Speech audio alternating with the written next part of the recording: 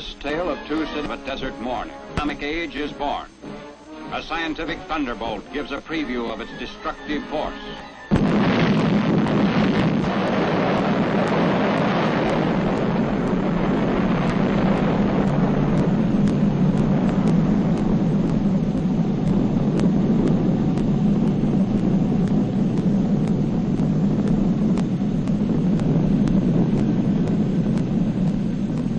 From the instant of that first blast until Hiroshima vanished from the list of living cities, closely guarded plants in New Mexico, Tennessee, and the state of Washington continued their work to shorten the war.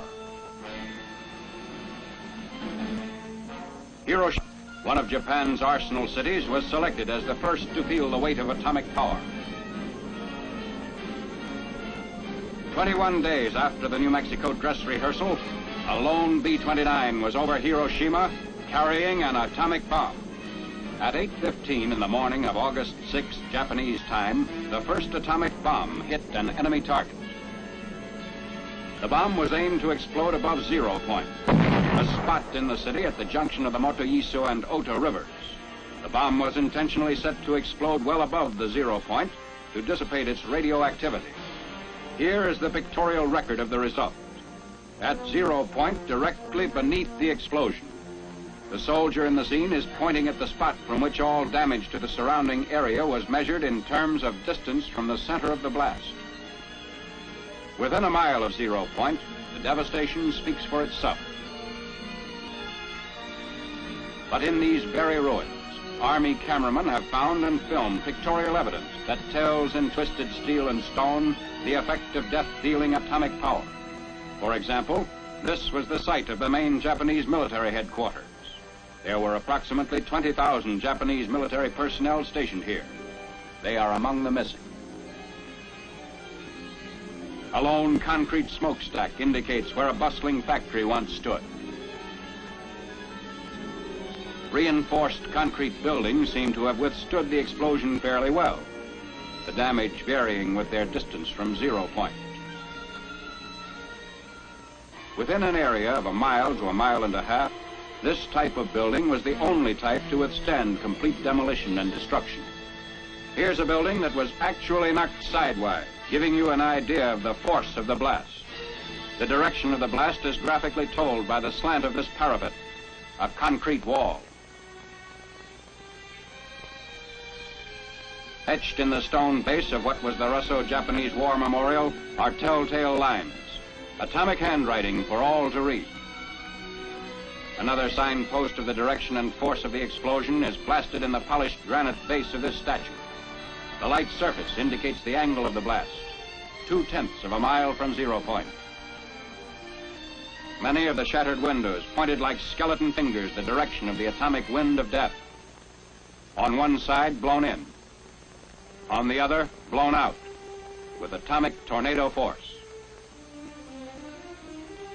Inside, the flash burns on the chairs give eloquent testimony on the heat of the blast a mile from 0 point, which singed the mohair upholstery like a blowtorch. Hiroshima City Hall, which stood at an angle of 45 degrees to the direction of the explosion, had its doors and windows blown in, but suffered much less damage than buildings squarely in the path of the blast. The windows and doors offer mute evidence of the way the blast swept into the structures. The destructive circle within a mile from 0 point had a few notable exceptions, mainly reinforced concrete. On the edge of the area of greatest damage was a landmark, the Red Cross Hospital, which never ceased functioning, although it sustained damage. Today, it dominates the desert of a debris that was Hiroshima.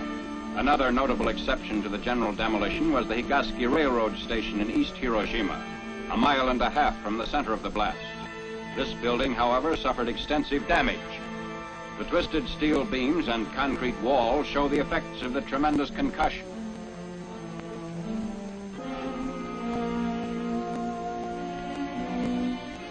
What's left of the Commercial Museum, within 2/10 of a mile of 0 point, also gives indication of the tremendous push of the explosion. The downward force of the blast turned the roof of the Commercial Museum into a reservoir. Amazingly enough, bridges did not suffer too badly at Hiroshima. This steel rail bridge, 1 mile from zero point, had the side toward the explosion virtually blasted by flying particles, which removed almost all the paint. But the side away from the explosion did not need a new paint job. Roads in the area fared better than buildings or bridges. Shortly after the fires died down, traffic was resumed. Today, these highways through the ruins are again in use. Beside our military traffic trudge the survivors of vanished Hiroshima, the first city in history to be atom-bombed into oblivion. Even 4 miles away, the effects of the atomic blast were felt. Although a hill between the novitiate of the Jesuits and zero point lessened the intensity, windows of the main building were shattered. A group of priests witnessed and survived the Hiroshima blast. One of them, Father John Zymas, tells what he actually saw. An eyewitness account. I was in my room, which faces the valley, and suddenly I saw a light, like magnesium light, flashlight, which filled the whole valley. And looking out of my window to find out the reason for this peculiar phenomena, I saw nothing besides this light. And turning from the window to the door of my room, I heard a crash. It may have been 10 seconds after seeing the light, the flashlight. And immediately I was covered with splinters of the window frames and glass sticking into the walls and actually in my flesh itself.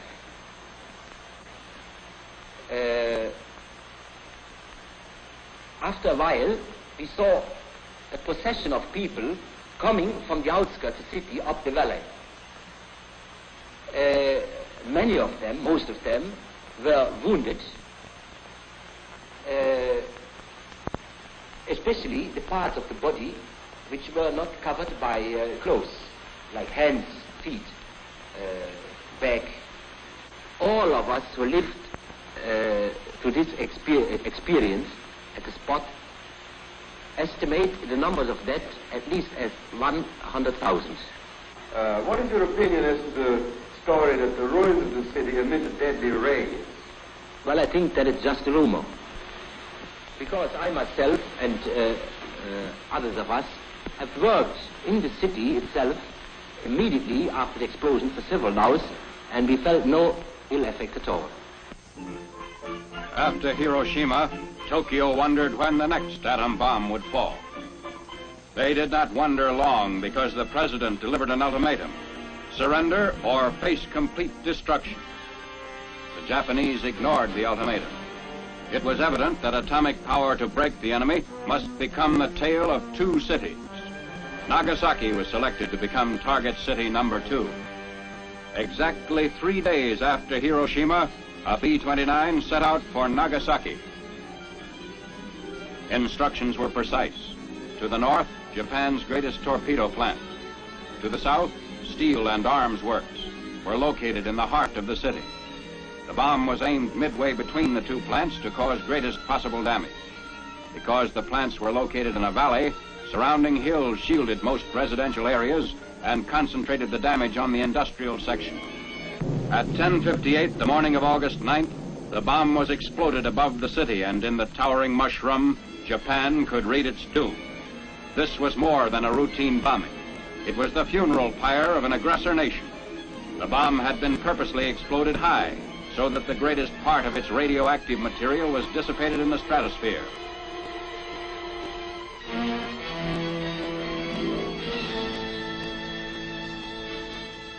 From the air, the skeletons of the Mitsubishi plants made evident that Nagasaki's war-making power was totally destroyed. For the valley area of little more than 3 square miles, blast and fire reduced the industrial plants and surrounding buildings to blackened rubble.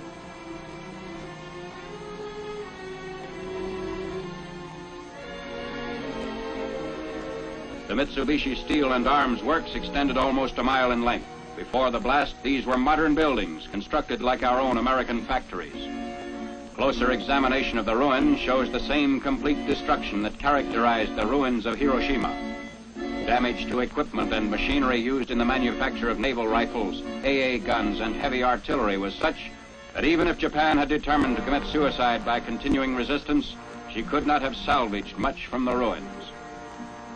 Smokestacks bent but did not break before the blast. And roads were unaffected, people using them without ill effect shortly after the explosion.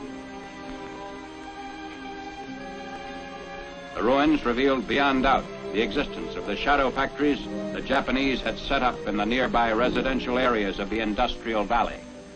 You have seen the swath of destruction created by atomic power in this tale of two cities. The world's greatest minds in science, statecraft, and military matters are wrestling with the problems created by the atom. On this spot, outlined in stone, is a figure representing the average man, regardless of his race or creed. These atomic footprints on the sands of time can never be erased. They point a path which leads to unparalleled progress or unparalleled destruction. Just as in the darkness of the desert morning when the atomic age was born, atomic power puts the question squarely to mankind.